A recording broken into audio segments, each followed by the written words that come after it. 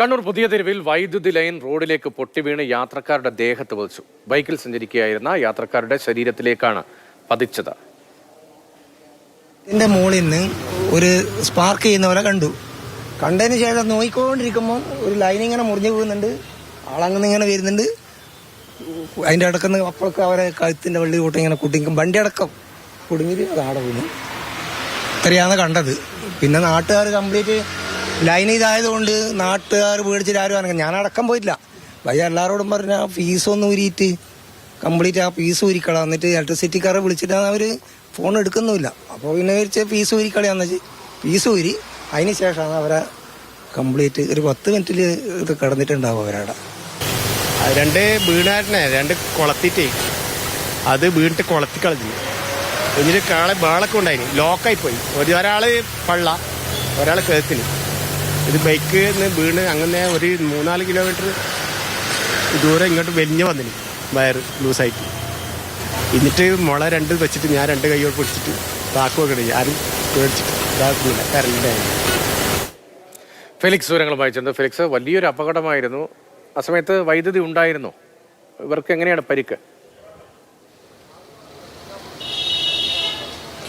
രതീഷ്, ഇന്ന് രാവിലെ ഏതാണ്ട് 9:45 കൂടിയാണ് ഈ സംഭവം നടക്കുന്നത്. പുതിയ തെരുവിൽ നിന്നും മയ്യിൽ കാട്ടാമ്പള്ളി റോഡിലാണ്. പുതിയ തെരുവ് ടൗണിൽ നിന്ന് കുറച്ച് മാത്രം മാറിയാണ് ഈ വൈദ്യുതി ലൈൻ പൊട്ടി വീണത്. ആ പൊട്ടി വീഴുന്ന സമയത്ത് ബൈക്കിൽ യാത്ര ചെയ്യുകയായിരുന്ന 2 പേരുടെ ദേഹത്തേക്ക് ഈ വൈദ്യുതി ലൈൻ വന്ന് പതിക്കുകയാണ് ഉണ്ടായത്. അപ്പോൾ വൈദ്യുതി ലൈൻ വന്ന് പതിക്കുകയും ഈ ബൈക്ക് മറിഞ്ഞ് വീഴുകയും ചെയ്തു. അപ്പോൾ ഇവരുടെ ശരീരത്തിലും ബൈക്കിലും ഈ വൈദ്യുതി ലൈൻ കുടുങ്ങി. സ്വാഭാവികമായും നാട്ടുകാർക്ക് പേടിയായി. കാരണം ഇത് വൈദ്യുതി ലൈനാണ്.